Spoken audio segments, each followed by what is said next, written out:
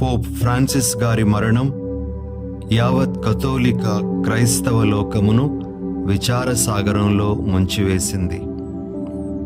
పునరుత్థాన క్రీస్తును కొనియాడిన మరుసటి దినమే ఈ విషాద వార్తను మనము వినాల్సి వచ్చింది. అయితే పునరుత్థానుడైన క్రీస్తు తన ఉత్థాన మహిమలో ఆయనకు భాగమును ప్రసాదిస్తారు అనేది మన ప్రగాఢ నమ్మకం. ప్రభు అయిన యేసుక్రీస్తు ఫ్రాన్సిస్ పోపు గారి ఆత్మకు నిత్య విశ్రాంతిని దయచేయుదురుగాక. పోపు గారి మరణ వార్త తెలియగానే సాంఘిక మాధ్యమాలలో పుంఖానుపుంఖాలుగా ఆయన గురించిన దృశ్యమాలికలు, వీడియోలు మనం చూస్తూ ఉన్నాం. పోపు గారి మరణానంతరము చోటు చేసుకునే పరిణామాల గురించి అనేక వ్యాసరూప రచనలు కూడా చాలామంది వెలువరిస్తూ ఉన్నారు. అయితే తెలుగు శ్రోతలకు అర్థం అవ్వాలి అనే ఉద్దేశంతో పోపు గారి మరణానంతరం చోటు చేసుకునే విషయాలను క్లుప్తంగా వివరించాలి అనే తలంపుతో ఈ చిన్న వీడియోను మీ ముందు ఉంచుతూ ఉన్నాం.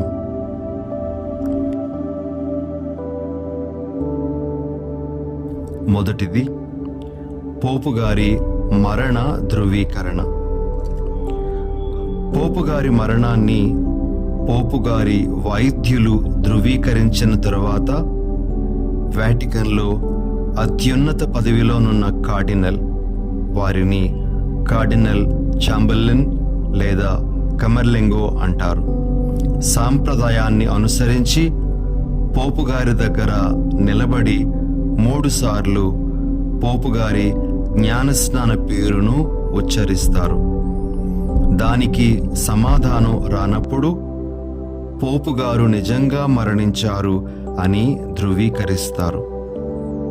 ఈ ధృవీకరణ వార్తను వారు అధికారికంగా కార్డినల్ సమాఖ్యకు, తదుపరి వాటికన్లో ఉన్న ప్రపంచ దేశాల రాయబారులకు, ప్రపంచ నాయకులకు, కథోలిక శ్రీసభ ప్రతినిధులకు తెలియపరుస్తారు.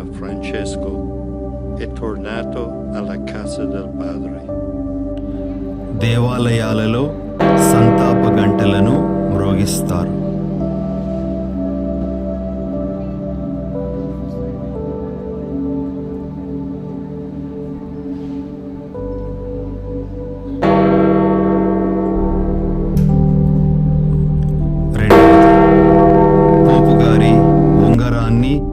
పోపు గారి ముద్రను ధ్వంసం చేయుట. పోపు గారి ఉంగరాన్ని జాలరివాని ఉంగరం, ఫిషర్మ్యాన్స్ రింగ్ అని అంటారు. ఈ ఉంగరాన్ని అధికారిక పత్రాలను పోపు గారు జారీ చేసినప్పుడు సీలు వేయడానికి ఉపయోగిస్తారు. పోపు మరణానంతరము దానిని ఒక సుత్తితో బ్రద్దలు చేస్తారు. అదే విధముగా పోపు గారి ముద్రను కూడా ధ్వంసం చేస్తారు. ఇది పోపు గారి పేరిట నకిలీ పత్రాలు రాకుండా ఉండడానికి ఆ విధంగా చేస్తారు. మూడవది, వాటికన్లోని పోపు గారి నివాసానికి తాళాలు వేసి భద్రపరచుట. పోపు గారి మరణానంతరము వారి నివాస గృహానికి సీలు వేస్తారు. వారి భద్రతా విషయాన్ని చూసుకునే స్విస్ రక్షక భటులు కూడా పోపు గారి నివాసంలో ఉన్న తమ బాధ్యతల నుండి వైదొలుగుతారు.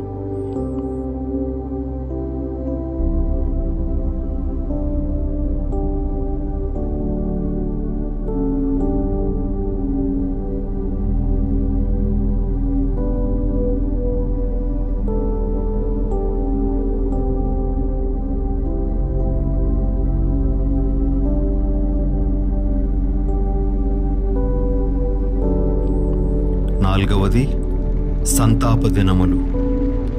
పోపు గారి మరణానికి సంతాపాన్ని ప్రకటిస్తూ 9 రోజుల సంతాప దినాలను విశ్వవ్యాప్త కథోలిక శ్రీసభ పాటిస్తుంది. ఈ సంతాప దినాలను నోవెమ్ దియాలిస్ అని పిలుస్తారు. ఈ సంతాప దినాలలో పోపు గారి ఆత్మశాంతి కొరకై దివ్య పూజా బలులు, ప్రార్థనలు నిర్వహిస్తారు. కథోలిక విశ్వాసులు ఒక పరలోక మంగళవార్త త్రిత్వ స్తోత్రాన్ని ప్రార్థించాలి అని శ్రీసభ కోరుతుంది. దివ్య పూజా బలిలో పోపు గారి పేరు కృతజ్ఞతా ప్రార్థనలో చేర్చబడదు. కథోలిక దేవాలయాలలో దివంగత పోపు గారి చిత్రపటాన్ని ప్రదర్శనకై ఉంచి ప్రార్థించమని కోరుతారు. 5వది, ఖాళీ అయిన పోపు గారి స్థానము. దీనిని లతీను భాషలో సేదే వకాంతే అని పిలుస్తారు. క్రొత్త పోపు గారి ఎన్నిక అయినంత వరకు పోపు గారి స్థానం ఖాళీగా ఉంటుంది. ఈ సమయంలో పెద్దవైన నిర్ణయాలు, మార్పులు చేయడం జరగదు. దినదిన పరిపాలనా బాధ్యతలు కమర్లింగో నిర్వహిస్తారు. 6వది, భూస్థాపన సాంగ్యాలు. పోపు గారి భూస్థాపన కార్యక్రమం మరణించిన 4 నుండి 6 దినములలోపు నిర్వహిస్తారు. పునీత పేతురు గారి ప్రధాన దేవాలయం సెయింట్ పీటర్స్ బసిలికా. ఈ ప్రధాన దేవాలయ ప్రాంగణంలో ప్రార్థనలు జరిపిన తరువాత పోపు గారి భౌతిక దేహమును పునీత పేతురు గారి ప్రధాన దేవాలయ క్రింది భాగంలోనున్న సమాధి గదిలో సమాధి చేస్తారు. కొన్నిసార్లు దివంగత పోపు గారి అభీష్టం మేరకు వేరే చోట కూడా సమాధి చేయవచ్చు.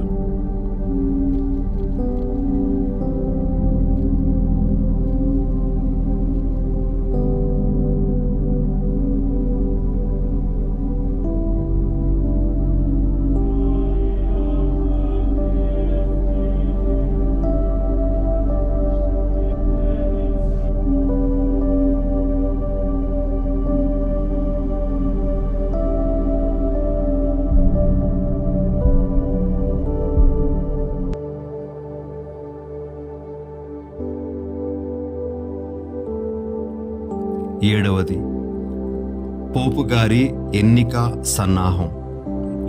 నూతన జగద్గురువును ఎన్నుకునే బాధ్యత విశ్వవ్యాప్తంగా ఉన్న కార్డినల్స్ది.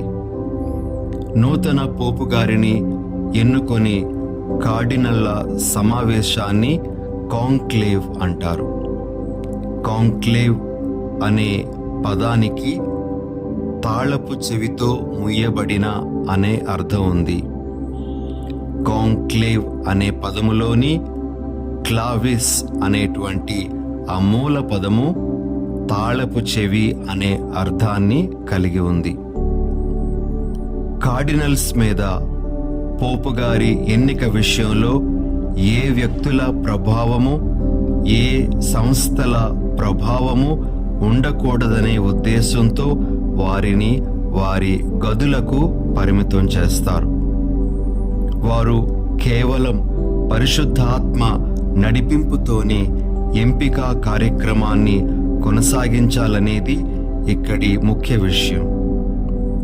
వారు రహస్యములను వెల్లడించమని ప్రమాణం చేస్తారు. 80 ఏళ్ల వయస్సులో ఉన్న కార్డినల్స్ మాత్రమే ఓటింగ్ చేయడానికి అర్హులు. ఆ పైబడినటువంటి వారికి ఓటింగ్ చేసే హక్కు ఉండదు. సిస్టైన్ దేవాలయములో కార్డినల్స్ అందరూ సమావేశమై దివ్య బలిపూజను సమర్పించిన తరువాత ఓటింగ్ ప్రక్రియ ప్రారంభమవుతుంది. రహస్య ఓటింగ్ విధానంలో జరుగుతుంది. ఒక అభ్యర్థికి 2/3 వంతుల ఆధిక్యత వచ్చినంత వరకు ఓటింగ్ ప్రక్రియ కొనసాగుతూనే ఉంటుంది. దినానికి 4 సార్ల వరకు ఓటింగ్ జరుగుతుంది.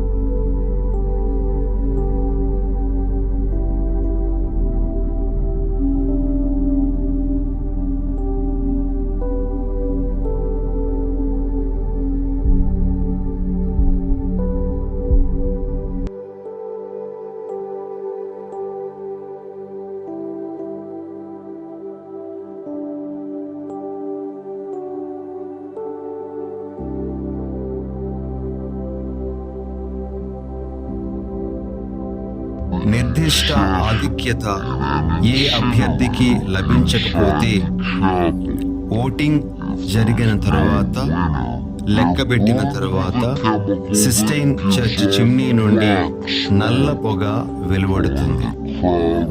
ఏ అభ్యర్థికైనా మెజారిటీ వచ్చినట్లయితే సిస్టైన్ చర్చ్ చిమ్నీ నుండి తెల్లని పొగ వెలువడుతుంది. ఈ పొగ బ్యాలెట్ పేపర్లు కాల్చివేస్తున్నప్పుడు వాటితో కలిపిన రసాయనం వలన నల్లగానో తెల్లగానో వస్తుంది.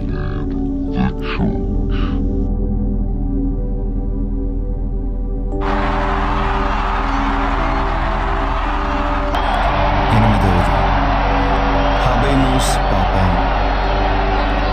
ఒక అభ్యర్థి పోపు గారిగా ఎన్నికైన విషయం సిస్టైన్ దేవాలయం నుండి తెల్ల పొగ వెలువడి దేవాలయ గంటలు మ్రోగినప్పుడు అందరికీ తెలుస్తుంది.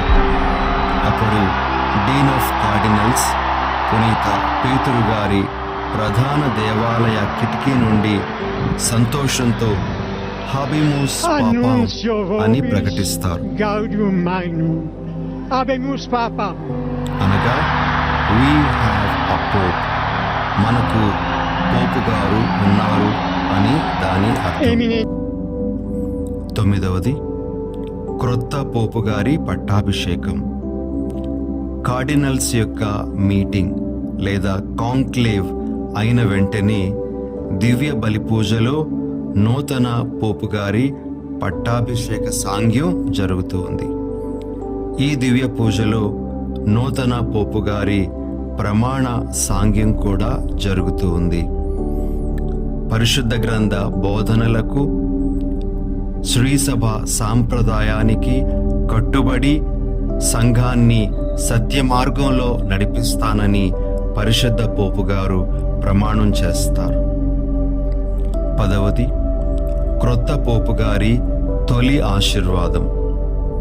దివ్య బలిపూజ అనంతరం క్రొత్తగా ఎన్నికైన పోపు గారు పునీత పేతురు గారి బసిలికా కిటికీ నుండి తన మొదటి ఆశీర్వాదాన్ని అక్కడ గుమిగూడి ఉన్న ప్రజలకు అందిస్తారు. ఈ ఆశీర్వాదాన్ని ఊర్బీ ఎత్ ఆర్బీ అంటారు. అనగా నగరానికి, ప్రపంచానికి అని అర్థం. ప్రపంచమంతటికి అక్కడి నుండే తన తొలి ఆశీర్వాదాన్ని పోపు గారు అందజేస్తారు. ఈ విధంగా సాంప్రదాయబద్ధంగా జరిగే పోపు గారి ఎన్నిక ప్రక్రియ దైవ సహాయముతో జరిపింపబడినదై మరొక పవిత్రాత్మ ప్రేరిత నూతన జగద్గురువును త్వరలోనే కథోలిక క్రైస్తవ లోకం పొందాలని ప్రార్థించుదాం.